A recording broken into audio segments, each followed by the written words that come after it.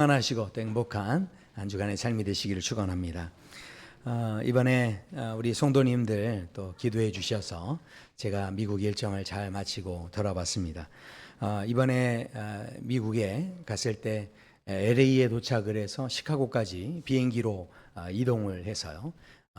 이제 시카고부터 버스를 타고 이동을 했는데 한 5,400km 정도, 그 정도 버스를 타고서 그야말로 미국을 가로질러서 전 미국을 이렇게 관통하는 그런 지역들을 이번에 다녔는데, 제가 지나온 곳이 한 13개 주 정도를 다 좀 방문을 하게 된 것 같습니다. 제가 미국 가기 전에 많은 분들이 실은 늘 염려스럽게 미국의 신앙이 무너져 가고 있다, 뭐 이런 이야기들을 했었습니다.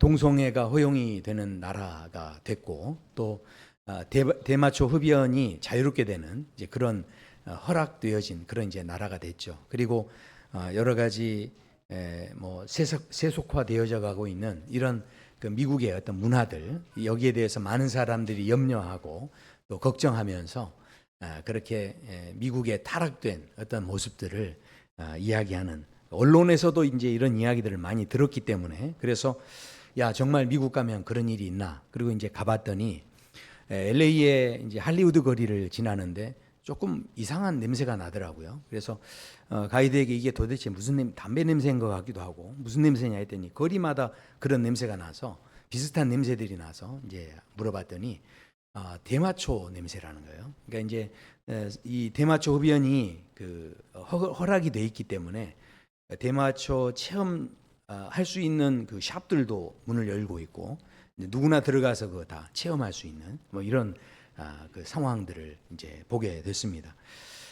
그뿐만이 아니고 뉴욕에 방문했을 때는 거리에서 동성애자가 공개적으로 키스를 하고 있는 장면도 제가, 그 여자분 두 분이서 끌어안고 이렇게 하고 있는 장면도 제가 보면서 상당히 좀 충격적인 이제 이런 마음도 있었고요. 또 아마 신종 마약이라고 할까요? 뭐 이런 것인지 모르겠지만 완전히 눈동자가 풀려가지고 한 백인은 그냥 길거리에서 그 벽에 기대가지고 누워 있는 이제 이런 모습을 봤습니다.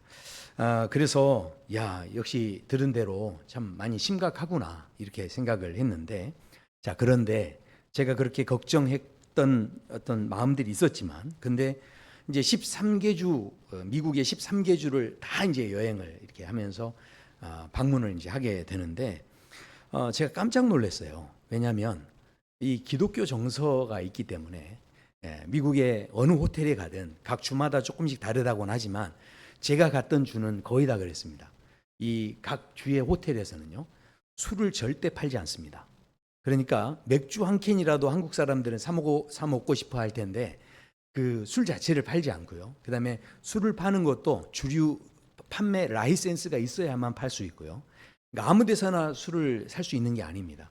그러니까 아직 이 미국 사회 정서가 전반적으로는 막 우리가 생각하기에 막 타락했다고 생각하지만, 실제로 그 각 주의 도시들을 다닐 때 전혀 그렇지 않은, 심지어는 제가 이렇게 어느 이제 샵에 이렇게 또 화장실이나 이렇게 갈 때 문을 열고 이제 들어가는데, 문을 열 때도 밀어서 여는 문은 없더라고요.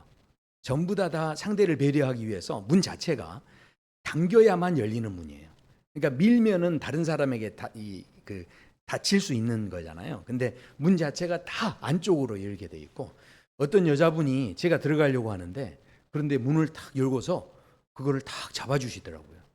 원래 제가 한국에서는 제가 늘 문을 잡았는데 여자분이 문을 탁 잡고서 지나가는데, 제가 그래서 너무 고마워서 땡큐 했더니 You are very welcome 딱 그러더라고요. 그러면서 제가 다 지나갈 때까지 문을 끝까지 잡고 있더라고요. 그러니까 이런 장면을 한두 분에게서 본 게 아닙니다. 그러니까 이 많은 분들의 그 어떤 삶을 보면 굉장히 친절함이 있었고, 그렇게 아주 따뜻하게 맞이해 주는 분들이 많이 있었습니다. 그럼에도 불구하고 이 뉴욕이라고 하는 그런 이제 도시 가운데 제가 마음에 너무 이제 안타까웠던 것은 이 장로교 목사다 보니까 어디에 관심이 있었겠습니까? 우리 장로교가 탄생하게 된 배경에는 언더우드 선교사가 계세요. 그러니까 한국에 언더우드 선교사를 파송해서 그분이 바로 복음의 씨를 뿌리고 이 장로교가 이제 세워지게 된 건데, 언더우드 선교사를 파송했던 교회를 갔는데 그 교회가 어떤 모습이었냐? 세상에 그 교회 앞에 동성애를 찬성하는 깃발이 걸려 있더라고요. 제가 너무 충격이었습니다. 가슴이 너무 아팠고, 이 무지개 색깔에서 한 색깔을 뺀 색깔이 6가지, 원래 7가지죠. 근데 한 색깔을 뺀 게 바로 이 동성애를 찬성하는 그 동성애자들의 그 색깔이에요. 그래서 이제 그걸 걸어놓고서 하는데, 이 교단에서 보니까 지금 그 동성애자들을 이렇게 포용해야 된다. 제가 물론 이제 그런 의도는 알겠지만, 그러나 너무 가슴이 아팠고, 또 건물은 굉장히 컸는데, 근데 세상에 교회 문을 다 닫아서요, 안에 들어갈 수가 없었어요. 가이드가 또 몇 달 전부터 계속 이메일도 보내고 연락을 했는데 목회자를 만날 수 없었고요. 이 목회자도 동성애에 찬성하는 목회자인데, 교회가 저렇게 보면 크게 보이지만 가까이 가보면 건물이 다 헐어가지고 이게 막 수리를 곧 해야 되는 그런 건물이에요. 이제 그러니까 완전히 교회가 마치 죽은 교회처럼 이렇게 보여지는. 그러니까 동성애를 찬성하다 보니까 여기에서 실은 주류를 이루었던 백인들이 다 거의 다 떠나고요, 흑인들이 많이 이게 채워져 있고, 이것도 차별화 이거 되면 안 되는데, 아무튼 목회자도 흑인으로 바뀌고 이렇게 하면서 모든 게 이렇게 바뀌어지면서 이 장로교 목사로서는 상당히 마음이 너무 아픈 이제 이런 현장을 봤습니다. 그런데 반면에 감리교를 이제 세웠던 아펜젤로 선교사가 있어요. 근데 그 아펜젤로 선교사 교회를 갔는데, 그 교회 갔더니 이 저희 지금 언더우드 파송 교회보다는 교회는 좀 작은데, 그런데 그 교회는요, 세상에 그 목사님이 지금도 길거리 있는 사람들 그 음식을 제공해 주는 그런 사역을 하고 있고, 저기 문 앞에 또 노숙인이 한 분 앉아 계시는데 벌써 이제 식사를 끝내고 이렇게 나오신 분들이에요. 그러니까 이제 지금도 그렇게 해서 선교하는 이런 마인드를 가지고 있는 거죠. 그러니까 제가 이 상황을 보는데 깜짝 놀란 건, 여기 있는 담임 목사가 친히 나와가지고 문을 열고서 우리를 다 맞아주고 같이 사진도 찍어주고 막 설명도 하면서 이 아펜젤러 목사 선교사님을 기념하는 기념관을 만들어놨는데, 그 기념실에 있는 모든 것들을 정동교회에서 다 제공해가지고 그래서 이제 그 방을 꾸며놨어요. 근데 그 방에서 제가 신기한 걸 하나 봤어요. 뭐였냐면, 그 예수님 사진이 있는데 제가 평상시 보지 못했던 사진이었어요. 근데 그분의 이야기가, 교회가 한번 불이 타서 불이 나가지고 교회가 다 불탔는데 불에 타지 않고 남아 있는 게 바로 저 예수님 사진이었대요.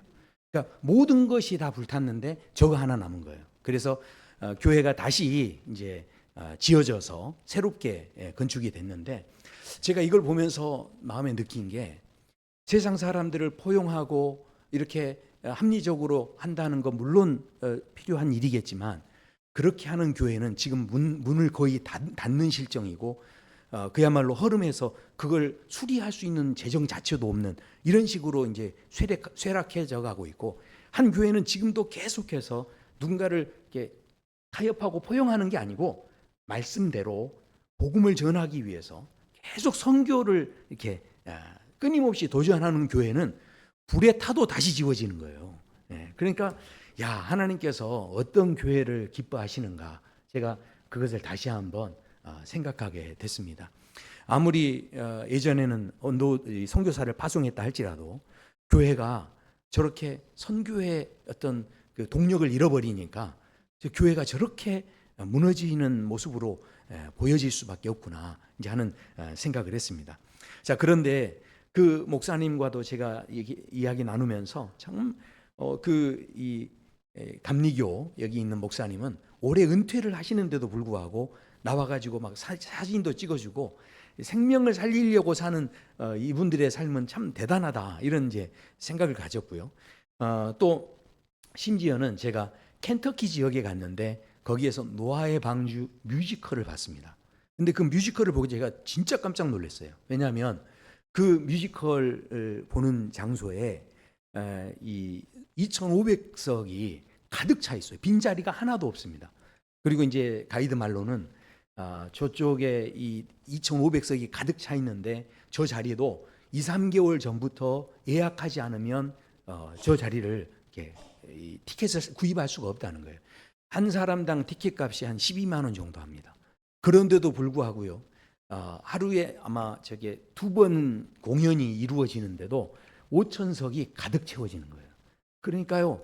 우리가 말로만 들었을 때는 미국이 타락했다 그렇지만 그러나 실제로 일반 그 사람들이 이렇게 살아가는 삶의 현장에서는 저렇게 아마 우리나라에서 노아에 방주한다고 그러면 가득 찰까요? 네. 근데 거기서는요 저렇게 열렬한 그런 반응을 보이고 그 다음에 이게 진행이 되는데 제가 깜짝 놀란 건 무대 세트 자체가 어마어마하고요. 사람들이 저렇게 이제 공연을 다 한참 하면서 나중에는 저 마지막에 노아의 방주가 저렇게 자리를 잡고 있다가 갑자기 저게 방주가 싹 이렇게 무너지면서 형태를 바꾸더니 십자가로 이게 형태가 싹 바뀌는 거예요. 저 자리에서. 그러면서 저기에서 이 문에서 방주 문에서 이 예수님 복장을 하신 분이 나와가지고 그쪽으로 이 문 쪽으로 막 소개를 하면서 함께 오라고 그 문으로 초대를 하시는 이런 장면으로 마지막 공연이 끝나는데 함께 있던 이 관객들이 얼마나 환호하면서 좋아하는지 모릅니다. 그러니까 이분들이 아직도 그 마음에 뜨거운 그 주님을 향한 그런 마음들이 아직도 곳곳에 많이 있다라는 것들을 그러니까 보게 됐습니다. 독일 출신이죠. 정치 철학가인 한나 아렌트라는 분이 그런 이야기를 합니다. 우리는 생각 없이 사는 것의 무서움의 힘을 과소평가하고 있다. 그러니까 쉽게 말하면 이분이 그런 이야기를 합니다. 생각 없이 사는 것은요, 그것은 바로 악의 근원이 될 수 있다. 그런 거죠.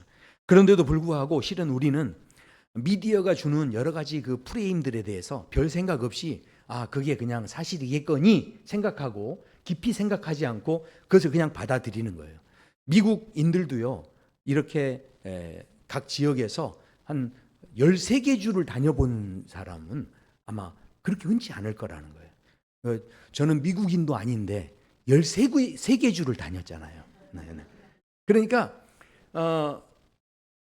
대부분의 사람들이 몇 개 주 가보고 나서 그냥 도시 몇 군데 가보고 나서 그것이 전부인 것처럼 그렇게 생각하고 또 미디어를 접하면서 그것이 마치 모든 것인 것처럼 내가 경험하고 있는 그 한계 속에서 어떤 뭔가 프레임을 가지고 내가 가지고 있는 그 경험이라는 프레임 속에서 편향된 어떤 관점을 가지고서 이게 이렇다 이렇게 이제 단정을 지어버리고 마는 이런 모습이 있는데 실제로 그 지역 전체를 다녔을 때 분위기는요 절대 그렇지 않은 신앙으로 사시려는 많은 분들의 친절함과 또 어떤 그런 중심을 한편으로 또 볼 수 있었습니다.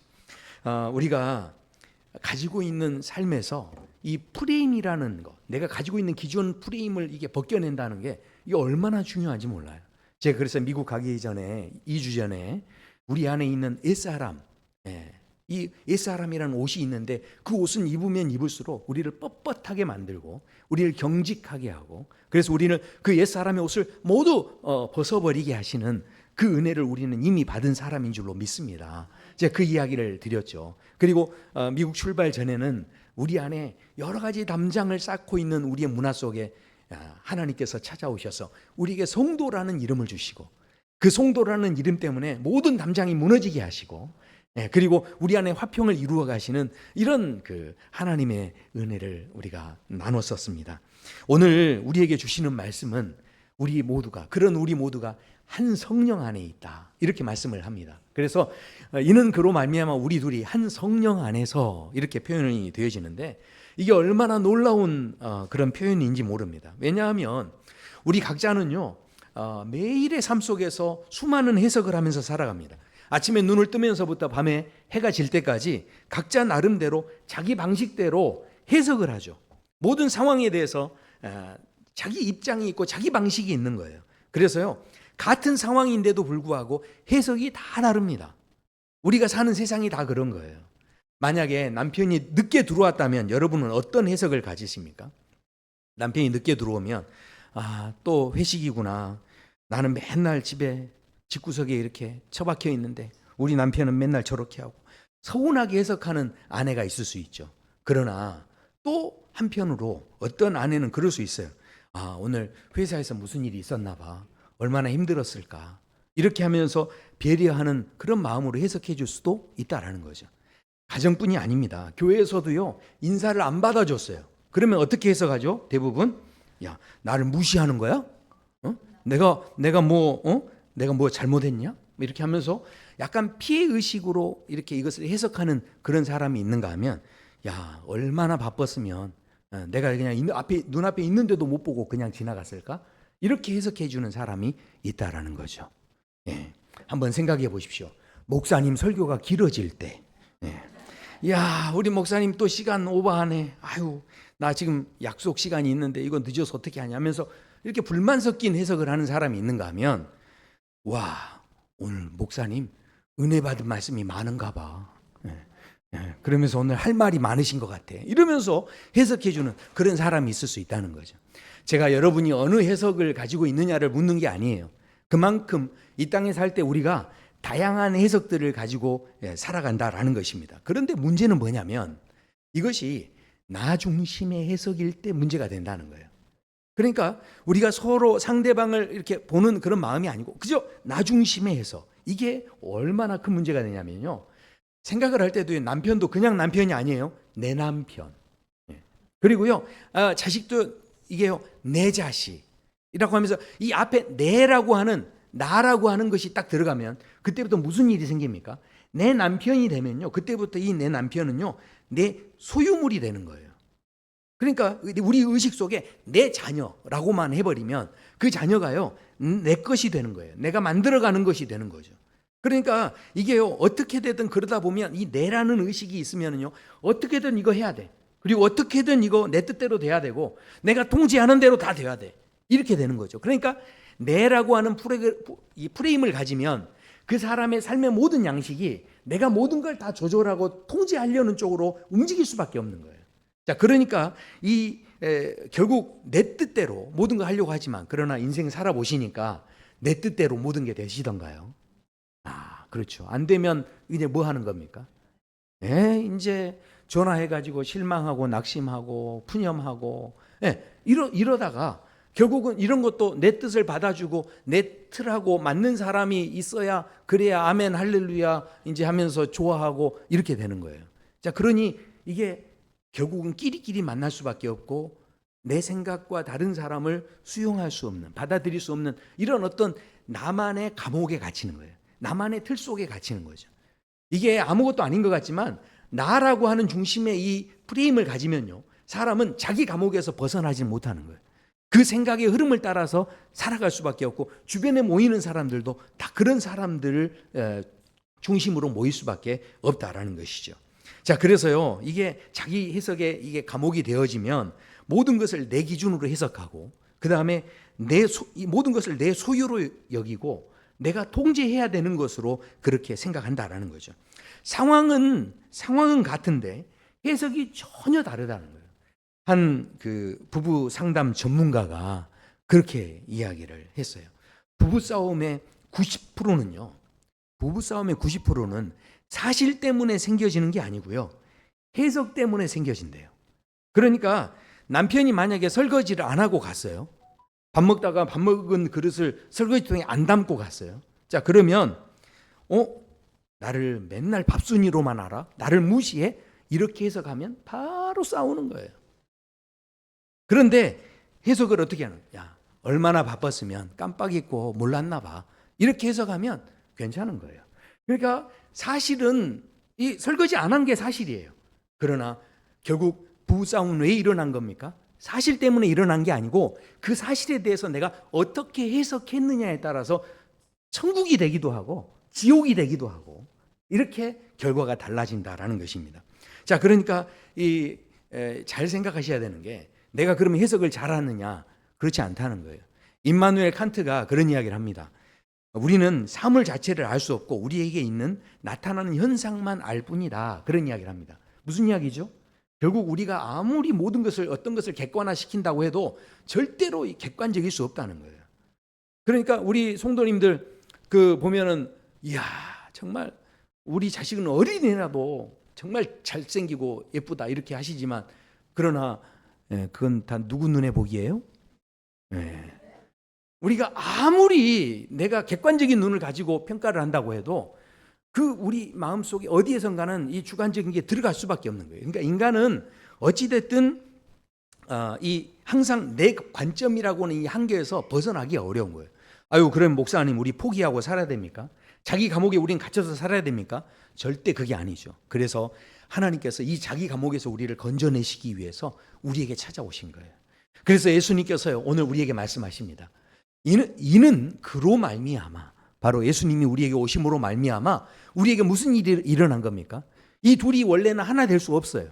근데 하나됨을 이루는, 그야말로 우리 안에서요 무슨 현상이 일어났다는 겁니까? 성령 안에서 아버지께 나아감을 얻게 하심이라, 그렇게 말씀을 합니다. 자, 그러니까 이게 지금 그로 말미암아는 그가 누구냐면 바로 예수님이시죠.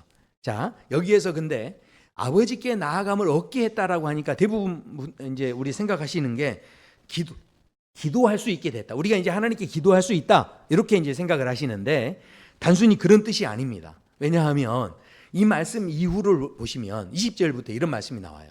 바로 예수님께서 친히 모퉁이 돌이 되셨다, 이런 표현과 함께 그로 인해서 그 안에서 건물마다 서로 연결되어져 간다, 이렇게 말씀을 합니다.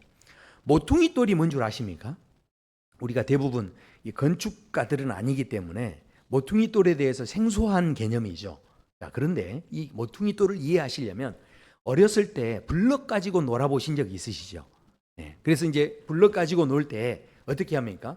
여러 가지 이제 집을 세우고 이렇게 할 때 그때 기준점을 잡는 거예요. 모퉁이 돌은 뭐냐면 그래서 기준점의 역할을 하는 거예요. 그러니까 모퉁이 돌을 세모난 걸로 모퉁이 돌을 하시나요? 안 하시죠. 왜냐하면 그 다음에 뭔가 쌓아가야 되니까 좀 안정감 있는 걸로 모퉁이 돌을 하시죠. 그러면 이 모퉁이 돌이 무슨 역할을 하는 겁니까? 기준점도 할 뿐만 아니라 다른 모든 것들의 중심도 잡아주고 균형도 잡아주고 그 다음에 다른 것들과 잘 연결될 수 있는 것, 이게 바로 이제 모퉁이 돌이죠. 그러니까 이 모퉁이 돌의 의미가 기준, 중심을 잡고 균형을 잡고 모든 것들과 연결시켜 줄 수 있는 것, 이게 바로 이제 모퉁이 돌의 의미예요. 근데 예수님께서 바로 그런 존재로 우리에게 다가오셨는데 문제는 뭐냐면 그 모퉁이 돌 예수님이 우리에게 오셨을 때 일어난 현상이 있는데 그게 뭐냐면 세상에 그것과 충돌되어져서 이 넘어지는 사람이 있다는 거예요. 자, 그래서 성경에 뭐라고 되어 있냐면 이사야 8장에 보면 그가 성소가 되시리라. 이 말이 뭐냐면 예수님께서 모퉁이 돌이 되셨다는 이야기예요. 그러니까 성소가 됐다는 건 기준이 됐다는 이야기죠. 자, 근데 그 예수님, 그러나 이스라엘의 두 집에는 걸림돌과 걸려 넘어지는 반석이 되실 것이며, 그러니까 예수님이 모퉁이 돌이 되셨는데 누군가에게는 걸려 넘어지는 거침돌이 되고 이렇게 넘어뜨리는 이게 반석이 됐다, 이런 이제 표현들이 있는 겁니다. 성경에 보면 로마서에 그래서 이렇게 또 말씀해요. 로마서 9장에 기록된 바 보라, 내가 걸림돌과 거치는 바위를 시온에 두노니 그를 믿는 자는 부끄러움을 당하지 아니하리라. 그러니까 누군가에게는 거침돌이 되기도 하는데 누군가에게는요 부끄러움을 당하지 않게 하시는 돌이 된다는 거예요. 그게 바로 예수님이시라는 거예요. 자, 그렇다면 누군가에게는 왜 거침돌이 되고 누군가에게는 부끄러움이 되지 않겠습니까? 바로 예수님이 다가오셨을 때, 예수님이 기준이 돼 주실 때 거기에 대해서 왜 거침돌이 됩니까? 그 마음속에 뭐가 있는 거죠? 내 마음에 내가 생각하는, 내가 옳다고 믿는 생각이 있고 내 경험이 있는 거예요. 내가 생각하는 정의가 있어요. 내가 경험했던 상처나 아픔이 있어요. 그러니까 이거 가지고 있다 보니까 내가 생각하는 계획이 있습니다. 그런데 예수님이 오셔서 야, 그거 아니야 이렇게 이야기하니까 막 신경질이 나고 그게 충돌이 될 수밖에 없는 거죠. 그러니까 내가 가지고 있는 그 내 틀을 내가 고집하고 있으면요, 예수님이 새롭게 제시하는 그 틀과 이게 부딪히면 이게 충돌이 일어나는 거예요. 자, 그런데 내 중심 해석이 딱 무너지면, 그리고 예수님의 그 중심이 내 안에 딱 들어오기 시작하면요, 부끄럽지 않은 인생이 되는 거예요. 이게 놀라운 일이죠. 실제로 요셉이라는 사람이 그랬어요. 요셉이라는 사람이 어땠습니까? 형들에게 팔려가지고 노예가 됐어요. 얼마나 억울하고 분했겠습니까? 그때 일반적인 해석은 그럴 수 있죠. 야, 내가 정말 형들이 인격이 덜 돼가지고 형들한테 내가 미움을 받아가지고 내 인생이 이렇게 됐다. 그리고 이렇게 해석할 수도 있죠. 내 인생이 너무 불행해서, 내가 운이 없어서, 이렇게도 해석할 수 있습니다. 또 어떤 사람은 하나님이 요셉을 버렸기 때문에 이렇게 해석할 수도 있죠. 그게 일반적인 해석이에요. 자, 그런데 요셉이 나중에 이 사건에 대해서 어떻게 해석하냐면 이렇게 해석합니다. 당신들은 나를 헤아려 하였으나 하나님은 그것을 선으로 바꾸사 오늘과 같이 많은 백성의 생명을 구원하게 하려 하셨으니. 그러니까 요셉은요, 형들 중심으로 해석한 게 아니고 하나님 중심으로 해석한 거예요. 요셉은요, 지금 자신이 피해당한 중심으로 해석한 게 아니고, 피해자 의식으로 해석한 게 아니고 하나님의 계획하심으로 이걸 해석하고 바라봤다는 거예요. 그러니까 내가 손해보고 내가 억울하다는 것으로 봤으면 이것에 대해서 막 충돌이 일어나고 어떻게 나한테 이러실 수 있습니까 하면서 하겠지만, 그게 아니라 이 모든 것을 그대로 받아들이고 하나님의 계획이 내 안에서 이루어질 것에 대해서 중심을 잡고 그 중심대로 움직였더니, 그랬더니 그 요셉의 인생이 부끄럽지 않은 인생이 됐다는 거죠. 그러니까요, 이게 지금 너무너무 실은 중요한 이야기예요. 또 하나 예를 들어드리면 다윗이라는 사람도 그랬죠. 다윗도 어땠습니까? 사울 왕이 다윗을 죽이려고 막 쫓아다니는데 동굴에서 숨어 지낼 때 왕으로 기름 부음을 이미 받았지만, 그런데도 쫓겨다닐 때 얼마나 억울하고, 그러려면 뭐하러 하나님이 나를 기름 부으세요? 하면서 막 따지고 싶고 그랬을 거예요.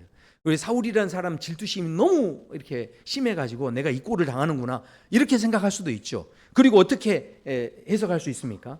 야, 내가 어릴 때부터 가정에서부터 차별을 받고 막내라서 내가 잊혀진 인생을 살았는데 세상이 불공평해서 이렇다, 이렇게 해석할 수도 있어요. 그런데 이런 해석을 한 게 아니었어요. 다윗은요, 그 마음에 사울을 중심으로 해석하지 않았어요. 자기 중심으로 해석하지 않고요, 하나님 중심으로 해석하고요, 거기에 대해서 하나님의 뜻을 중심으로 이걸 해석합니다. 그래서 다윗이 나중에 뭐라고 합니까? 사망의 음침한 골짜기를 다닐지라도 해를 두려워하지 않을 것은 하나님이 나와 함께 하심이라. 이런 해석이 이 다윗의 중심이 있었다는 거예요. 그러다 보니까 사울 왕을 죽일 수 있는 기회를 얻게 됐을 때도 어떻게 해석하냐면 이야기하죠. 하나님의 기름 부음 받은 자를 내가 죽일 수 없다. 그렇게 해석을 했다는 겁니다. 똑같은 일에 대해서도 해석하는 게 달라졌다라는 겁니다. 제가 이번에 미국 여행을 하면서 여러 목사님들하고 함께 다녔는데 그 한 목사님이 있었어요. 근데 이 목사님은 저보다 나이가 상당히 좀 연배에 계신 분이. 근데 이게 사람이 보면요, 목사님이어도 그런 분이 계시더라고요. 뭔가 주는 것 없이 괜히 얄미운 사람 있잖아요. 제가 정말 그분은 너무 얄미운 거예요. 왜냐하면 다니는 곳마다 행동하시는 게 제가 이게 받아들이기가 쉽지 않은 그런 분이세요. 심지어는 이제 어떤 좀 연세 드신 분이 자기가 사탕을 좀 가져왔는데 여기 있는 분들에게 좀 나누고 싶다. 그래서 한 46명 되시는 분들에게 이걸 다 나누는데 제가 그걸 들고서 가서 이제 쫙 나눠드렸어요. 그래서 이제 다 나누는데 그분 앞에 딱 갔더니 그 목사님이 갑자기 그 봉지에다가 두 손을 탁 집어넣더니 그 사탕을 전부 다 집어가지고 밖으로 탁 빼가는 거예요. 그러다 보니까 어떻게 됩니까? 막 사탕들이 막 바닥에 떨어지고 막 그러는데 그거를 다 가져가는 거예요. 그러면서 아니 왜 그러시냐고 그랬더니 이분이 하시는 이야기가 몇 개 가져가란 말 안 했잖아요. 그러니까 자기는 다 가져가겠다 이거예요. 근데 이게 보니까 저한테 이렇게 장난을 치시는 거예요. 근데 제가 그 상황에 그 장난을 받아들일 만한 마음의 여유가 없는 거예요, 이게. 이분은 이게 보니까 어느 또 이렇게 길을 가다가도 다 갑자기 막 이렇게 길을 막기도 하고 좀 이상한 행동들을 이게 많이 이제 하시는 이런 이제 분이세요. 그러니까 여행 내내 제가 그분이 이게 좀 마음에 이게 쉽지 않은, 왜냐하면 그래서 이제 그런 상황에 있다가 도대체 이제 그분이 어떤 분인가 이렇게 봤더니 이분이 대안학교를 하시는 분이세요. 목사님인데 어린 애부터 좀 이렇게 청소년들까지 대안학교를 하다 보니까 아마 연세도 있고 하니까 얘들하고 친해지고 하다 보니까 아마 이분의 소통 방식이었나 봐요. 그러니까 이제 그러다 보니 이렇게 됐다 하니까 그때서야 좀 이해가 됐지만, 그러나 이제 그분은 그분이고 제 마음속에 왜 이렇게 내 마음이 불편했는가, 왜 이렇게 충돌이 일어났을까 제가 살펴봤더니 제 마음에 나이가 좀 사람이 들어가면 좀 나이스해지고, 그 다음에 좀 나이가 사람이 들수록 좀 신사답고 뭐 이래야 된다는 제 나름대로의 이제 실은 생각이 있었어요. 그렇다 보니 그런 마음하고 이게 안 맞으니까 제 안에서 막 충돌이 일어나는 거예요. 자, 그런데 그게 뭐냐면 저 나름대로의 고집이었던 거죠. 그러니까요, 예수님께서 그분을 통해서 저를 붙여주시니까 제 안에 원래는 그냥 괜찮았는데, 그런데 그게 제 안에 충돌이 되니까 그게 바로 내 고집이었다라는 것을 보게 하시는 거죠. 나이가 들으면 무조건 다 신사여야 되는 건 아닌 거죠. 그렇잖아요. 네. 그러니까 그런 아이들하고 함께 놀고 그 아이들을 또 키우려면 신사적으로 할 수는 없는 거잖아요. 그러니까 각자 다양한 그 사람들의 삶이 있는데 제가 갖고 있는 그 틀 속에서 보니까 이게 충돌이 일어나고 이게 막 나한테 너무 불편하고 이런 이제 상황이 됐던 거죠. 자, 그런데 예수님께서 그분을 만나게 함으로 인해서 제 안에 있는 고집을 보게 하시고 그 고집을 막 무너뜨리시고 그렇게 된 거죠. 그렇다 보니 어떻게 됩니까? 결국은 깨닫게 되는 것이 예수님이 충돌시켜 주시지 않으면 내 고집이 그대로 남아 있는 거예요. 예수님이 자꾸 나에게 누군가를 통해서 충돌을 시키지 않으면 내 편견이 그대로 남아 있는 거예요. 내 해석이 그대로 남아 있는 거죠. 예수님이 누군가를 통해서 자꾸 이렇게 충돌해 주시지 않으면요, 내 기준이 계속 남아 있는 거예요. 그런데 예수님이 나와 그렇게 충돌해 주시니까 이제 뭐가 보입니까? 내 기준이 아니라 예수님의 기준으로 그분이 보이는 거예요. 예수님의 생각으로 그분이 해석이 되는 거예요. 그리고 이분이 또 이런 사역을 하시니까 어떻습니까? 이분을 통해서 바로 하나님의 생각으로 이 하나님의 계획이 보이는 거예요. 그분을 통해서 이루시는 이런 게 보이기 시작하는 거죠. 그러니까 내 틀 속에만 있으면요, 그게 절대 안 보이는 거예요. 그러나 그게 충돌이 되고 깨어지고 무너질 때 예수님께서 우리 안에 새롭게 우리의 그 틀을 세워주실 때, 그때 우리에게서 그 전에 보이지 않았던 것들이 보여지는데, 그러면서 뭐가 되어진다는 겁니까? 건물마다 서로 연결이 된다는 거예요. 연결이. 그 안에서 건물마다 서로 연결이 되어진다 하는 거죠. 자, 그러니까 예수님께서 모퉁이돌 되셔서 우리 가운데 들어와 주시지 않으면 우리는 다 자기 감옥의 그 해석의 틀 속에 갇혀 사는 거예요. 그렇다 보니 서로 연결이 되겠습니까? 절대 이게 연결이 실은 안 된다라는 거죠. 자, 그런데 사도 바울이 오늘 말씀에서 결론적으로 아주 중요한 이야기를 합니다. 사도 바울은 예수님께서 모퉁이돌 되신 것은 연결시키는 것만이 목적이 아닌 거예요.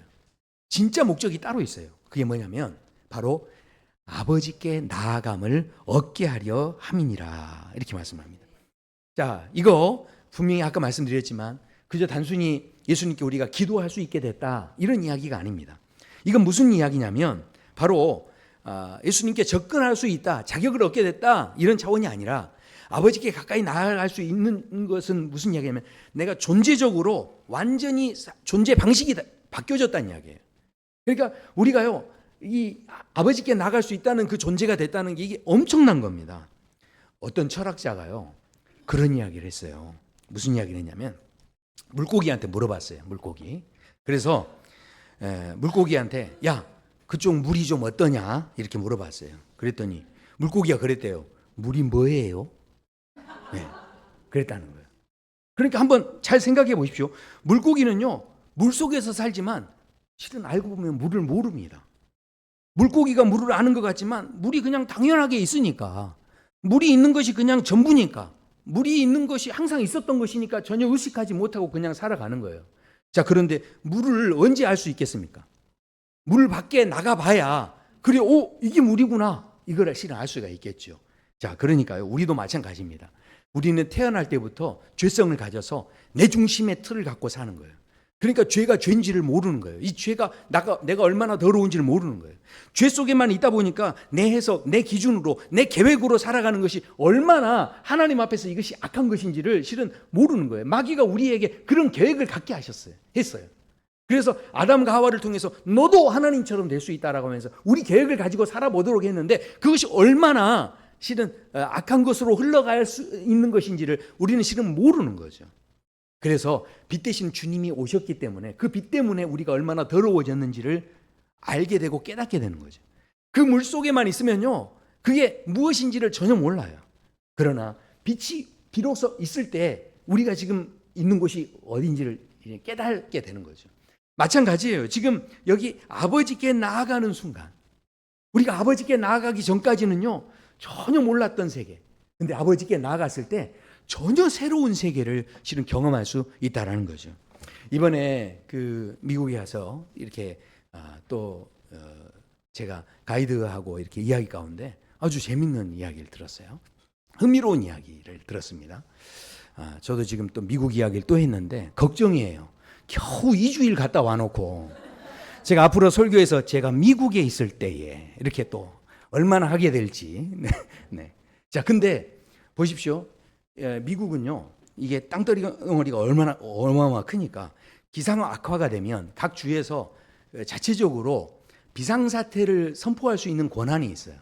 그래서 이제 그 주에서 이제 폭설이 있거나 기상 악화가 되면 모든 그 이제 주민들에게 밖으로 나가지 못하도록 그렇게 이제 선포를 합니다. 근데 그 선포를 어기고 이 사람이 밖으로 나가서 돌아다니다가 걸린다. 그러면 벌금을 내야 되는데 벌금이 500불인가 돼요. 그러니까 우리나라 돈으로 한 70만 원.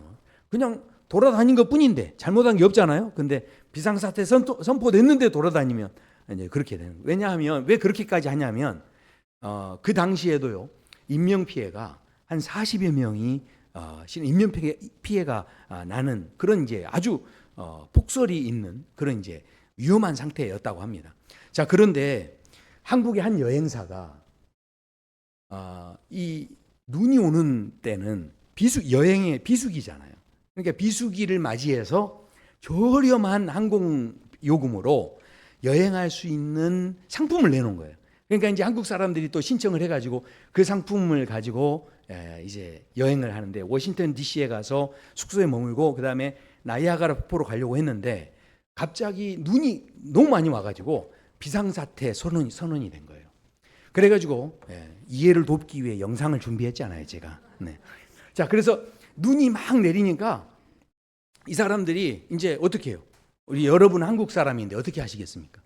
그렇게 비싼 돈 내고 왔는데 눈이 와요. 어떻게 하겠어요? 네. 한국 사람들 대단해요. 그렇게 하지 말라는 짓은 그렇게 합니다. 그래가지고 이 가이드를 앞세워가지고 가이드가 밴을 운전하게 하고 그래서 9명의 여행객들이 이 가이드까지 포함해서 10명이서 그 밴을 타고서 나이아가라 보겠다고 거기 가는 거예요. 가다가 눈이 너무너무 많이 와가지고 버팔로라는 지역에서 이 차가 더 이상 가지를 못하는데 왜냐하면 이 눈이 너무 오니까 길이 사라져 버린 거예요. 눈이 덮여가지고. 그래서 길이 어딘지도 모르고 그러다 보니 이제 차도 눈으로 덮인 거예요. 자, 그러니까 이거 어떻게 합니까? 그래서 그 사람들이 근처에 이제 마을을 찾아가서 문을 두들기면서 이제 삽을 좀 얻으려고 했는데 문을 열어주는 집이 없어요. 지금 이게 무슨 상황이에요? 2022년도니까 코로나가 있었을 때입니다.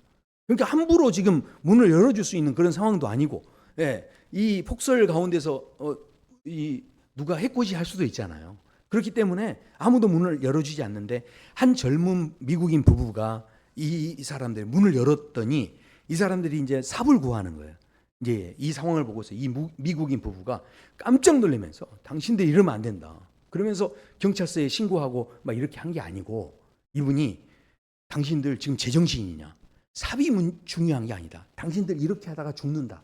그러니 우리 집으로 일단 들어와라. 그래서 집에 들어오게 해가지고 거기에서 담요도 주고 먹을 것을 이렇게 나눠주는데 그때 함께 이렇게 거하면서 이제 지내게 되는데 세상에 마침 그때 이 부부가 한류 열풍이 이렇게 불었던 때라서 그래서요 그 마켓 같은 데서 이분들이 간장하고 고추장하고 참기름을 사다 놓은 게 있었어요.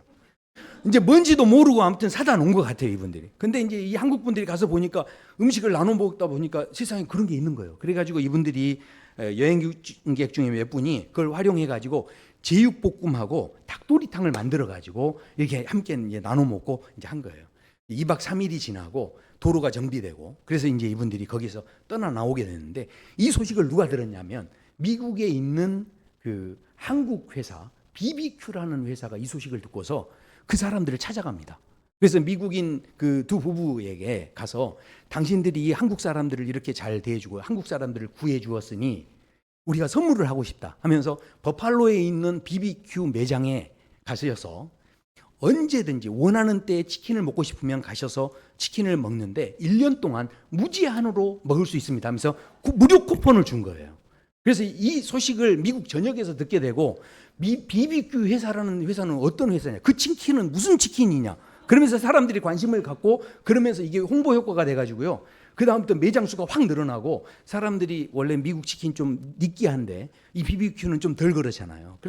그러니까 얼마나 맛있겠어요. 그러니까 이제 막 이게 대박을 터뜨린 거죠. 자, 그런데 더 중요한 것은 2023년 5월이 됐을 때 한국관광공사에서 이 소식을 듣고 이 두 미국인 부부를 한국으로 초청을 한 거예요.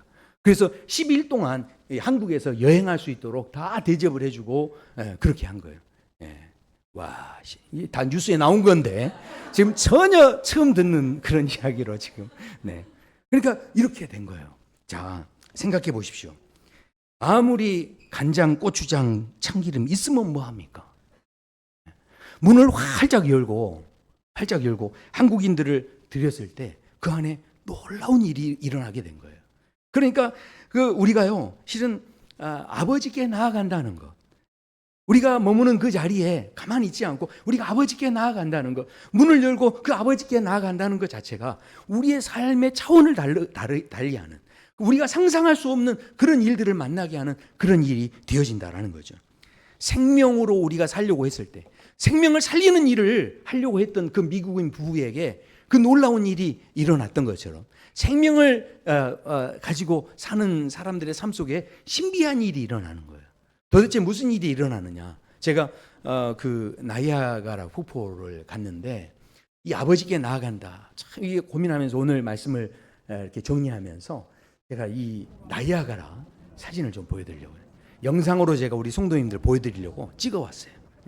근데 제가 지금 캐나다 쪽에서 지금 찍은 건데, 그런데 생명으로 살아갈 때 우리 안에 어떤 변화들이 있게 되느냐? 바로 눈치 보지 않는 자유로움이 있는 거예요. 그러니까요, 생각해 보십시오. 이 캐나다 부부도 상황에 대해서 눈치 보지 않고 주변에서 뭐라고 하든 상관없이 이 사람들을 다 받아들여주는 그런 가운데 있었다라는 거죠. 생각해 보십시오. 옛사람으로 살 때는요, 늘 내 마음속에 무슨 틀이 있냐면, 야, 사람들이 나를 어떻게 보지? 사람들이 이렇게 하다 내 실수하면 어떡하지? 이런 생각이 있는 거예요. 찬양 인도할 때도, 기도할 때도 실은요, 정말 하나님과 내가 생명으로 연결하고자 하는 사람은 누가 어떻게 보는지가 중요하지 않아요. 눈치 보지 않습니다. 그러니까 생명으로 사는 사람이 그런 삶을 사는 거예요. 그래서 갈라디아서에서 말씀하죠. 이제 내가 사람들에게 좋게 하랴, 하나님께 좋게 하랴, 사람들에게 기쁨을 구하랴. 내가 지금까지 사람들의 기쁨을 구하였다면 그리스도의 종이 아니니라.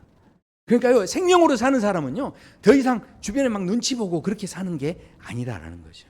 생명으로 사는 사람은요, 통제하지 않아도 되는 그런 삶을 사는 거예요. 제가 저 폭포 옆에서, 바로 옆에서 이걸 찍었어요. 우리 성도님들 보여드리려고. 그래서 우리가 통제하지 않아도 되는, 그러니까 우리는 옛사람으로 살 때는 내가 뭐든지 통제해야 되고 내 계획대로 돼야 되고 뭔가 그렇게 우리는 늘 생각해요. 그러나 하나님께서 말씀하시죠. 생명으로 사는 사람은요, 어떻다는 겁니까? 공중의 새를 보라. 심지도 않고 거두지도 않고 참고에 모아들이지도 아니하되 너희 하늘 아버지께서 기르시나니 너희 이것들보다 귀하지 아니하냐. 제가 저거 보고 깜짝 놀란 건요, 저게 다 지하수에서 나오는 거래요.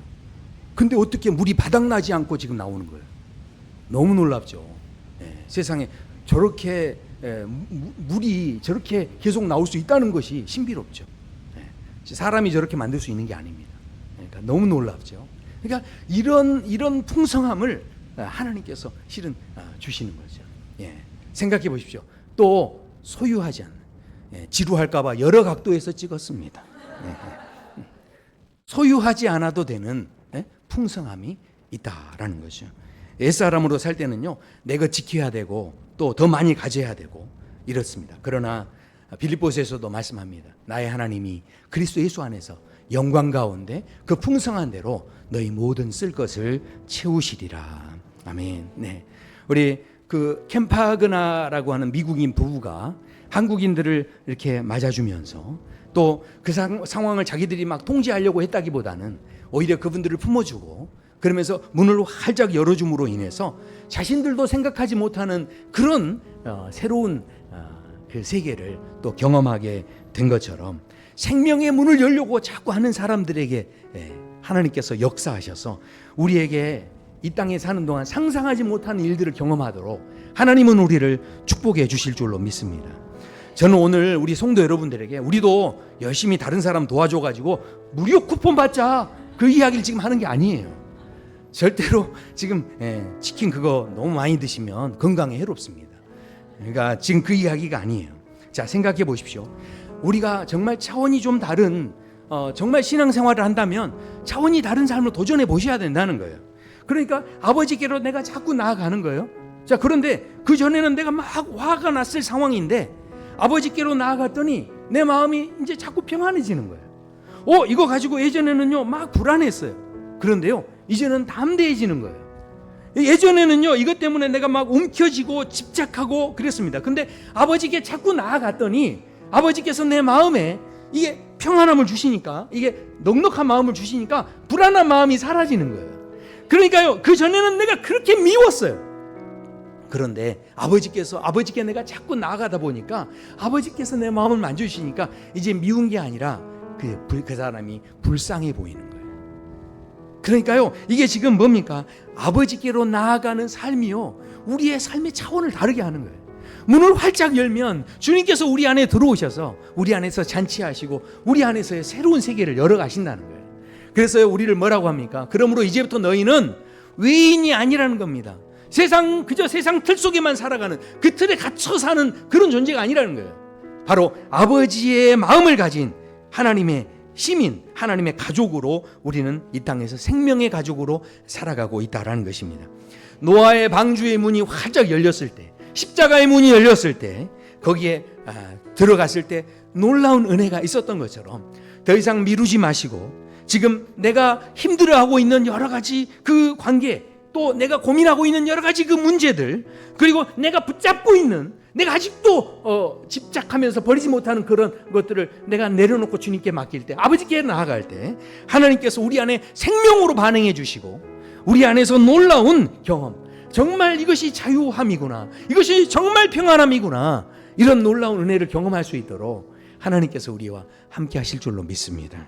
우리 함께 기도하겠습니다.